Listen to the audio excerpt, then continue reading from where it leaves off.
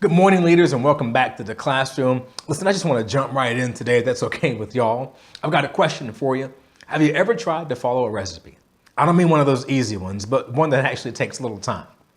Listen, if you were one of those people that likes making casseroles, then a step-by-step recipe is probably going to give you some frustration. And don't get mad at me, casserole people, just know yourself, because that casserole usually only requires you to know the ingredients, put them all in the same dish, bake, and hope for the best. And don't forget that now obligatory Facebook post. But recipes, the intricate ones, sometimes require patience, and they'll often require you to be okay not understanding how all those components will work together in the end. And as anyone who has ever followed a difficult recipe can tell you, you have to follow the instructions to the letter. You have to be patient, and it's not a good idea to start making up your own version until you have successfully completed it at least once. So with that in mind, let me ask you this. Have you ever been given a job by your boss and you really wanted to impress him, so you went that extra mile? Or how about that confusing assignment where you scratched your head and you thought, maybe the boss hasn't really thought this through. I'll give him something better. Okay, perhaps this one sounds familiar. Man, the boss hasn't come through with this plan yet. I'm pretty smart. That's why they hired me. I can do this my way and still get us to the same end result, so I think we should press. Now, if none of these things has ever even crossed your mind, I'm not sure you're in the right place. Look, it's natural for a leader to have these internal conflicts and conversations. They are the sign of a mind at work. A leader wanting to solve a problem, to break a stalemate, to get better understanding, to change a paradigm. But it's what we do with them that counts. So as we hit the final lessons of our introductory series on leadership, this week's topic reminds us that some of us are transitioning from leaders in the making to our first leadership role. We need to understand our place in the organization before inserting our judgment into the orders that we've been given. So, to teach this lesson, we're going to use a couple biblical figures to shed some light on our own modern day behaviors. And first up is Abraham. Now, God told Abraham three things. He says, hey, get out of your country, get away from your family, away from your father's house. And those three things were going to get him to a land that God would show him. But he brought his nephew with him. That's an example of just plain not listening. We do that often, man. We get instructions, we add our finesse, our personality, our interpretation of what's important, and we give our leader what we want to give them. I'm certain that Abraham did not see a problem with bringing Lot along. And while he probably didn't understand why God was asking him to get away from his whole family, he doesn't question him. That would be disrespectful. But he also doesn't follow the orders. How many times have you done that? You didn't want to question your leader's authority, so you didn't go back for clarification, but you still did it your way. Now, further down the road, Abraham's men and Lot's men get into this argument over land, and they end up having to part ways. And what Abraham may not have noticed, since he doesn't have the benefit of being able to reread the story like we do, but what he may have noticed is right there in Genesis 13, it says, "And the Lord said to Abraham, after Lot had separated from him, lift your eyes now and look from the place where you are, northward, southward, eastward, westward. For all the land which you see, I give to you and your descendants." God gave him three instructions to get to the land that he would show him. But until Abraham followed all three, nothing. But look, as soon as Lot's gone, bam, look at that. Side note, hey, you can't take everyone with you. We can get to that some other day. But do you see yourself there in the story, not understanding the instruction, so you do what makes sense to you? But your leader, he's your leader for a reason. And you know what? He's leading more people than just you, which means he may not have the time to always explain the why. When we learn to give our leaders what they ask for, when they ask for it, we get there faster. I think the Matrix puts it this way: comprehension is not a requisite of cooperation.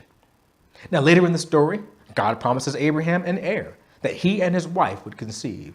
And you would think that after seeing how God works, Abraham would have just learned to believe that what the boss said would happen would happen. But remember, he's not reading the story. He is the story. So after not seeing things move fast enough, he ends up fathering a child, Ishmael, with his wife's handmaid. Sound familiar? Okay, well, I'm pretty sure that you and your wife didn't decide to knock up her assistant so you could have a son. But what I'm talking about is your patience or lack thereof. The boss said he's working on that promotion for you. He's got big things coming, but it's been like 2 whole weeks and you're starting to panic, but you're out there test driving Audis, right? But eventually, look, God does come through, and Abraham and Sarah have a child together. But now there's the inconvenient matter of Ishmael, which, let's face it, not handled well. Impatience can drive us into decisions that seem like wisdom, but they're really just intelligence. Hey, intelligence can solve any short-term problem. And if you string together enough intelligent decisions, you have a good chance of achieving success, objective by objective. Wisdom is different, though. It offers a mixture of intelligence, patience, virtue, philosophy, and strategic thinking to ensure long-term success. That means more than one objective completed. It means not doing some things even though you're fully capable until you've carefully considered how those actions will impact other decision points along the road. And that sounds a lot like leadership, because it is. And since you may be growing as a leader, you have to consider the possibility that the person giving you instructions is in fact using wisdom. Rushing into decisions that are possible but not necessarily profitable can cut off your ability to enjoy the benefits of a completed plan. Now, doing more than what was asked, that can have the same implications, and that's the last thing I want to address. Listen, I was speaking with a mid-level leader one day, and he was frustrated with stagnation. He really thought he should have been heading towards senior leadership or already been promoted, and he'd made some moves that he was convinced would show his superiors that he was a standout. He figured that pursuing higher education would be easier if he picked something he was passionate about, so he'd given up family time and some other opportunities to get his master's degree at a breakneck pace, I might add. And it was a field that really excited him, though it probably didn't relate too much to his current job. And when I caught up with him, he was working toward his doctoral degree. And to accelerate things, he'd skipped over some of those lesser educational requirements of his vocation, since they really didn't have a lot of value if you stacked them against his academic credentials. Now, there is a saying, obedience is better than sacrifice.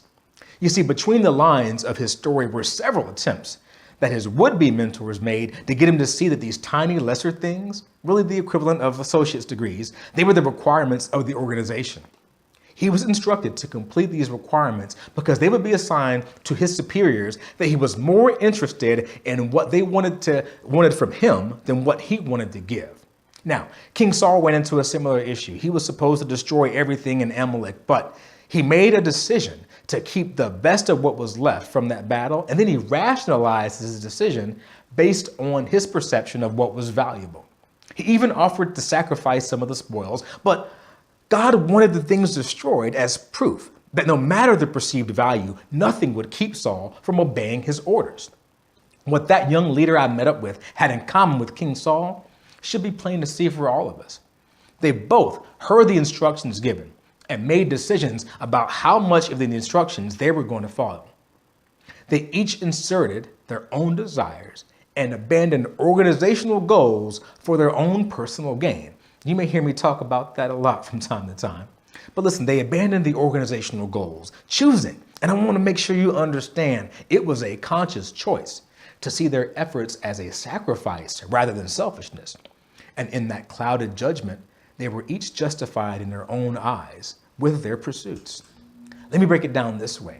If we're at a McDonald's and I tell you, hey, you need to learn everything you can about the deep fryers, go get your deep fryer certificate and I'll get you promoted.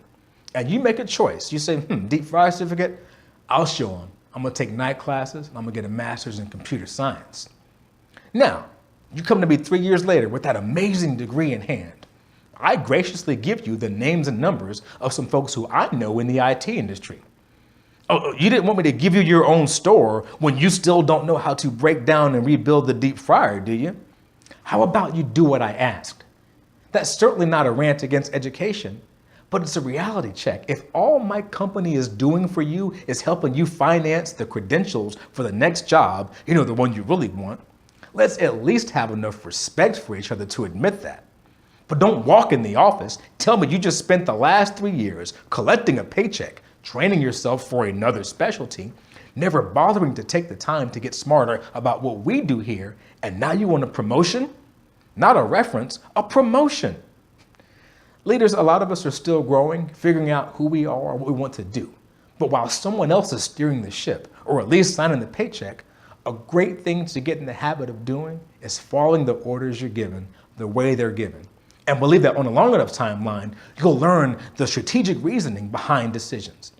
Everything won't always be explained, but I can tell you this, a leader is looking for someone who can execute without deviation, who will trust that there's sound logic behind their decisions, and who won't try to make selfish pursuits out to be sacrifices for the better good. Well, look, that's all for this week's lesson. I know that was a lot. I want to thank y'all for tuning in. We are just about done with Leadership 101. So until next time, take care and God bless you.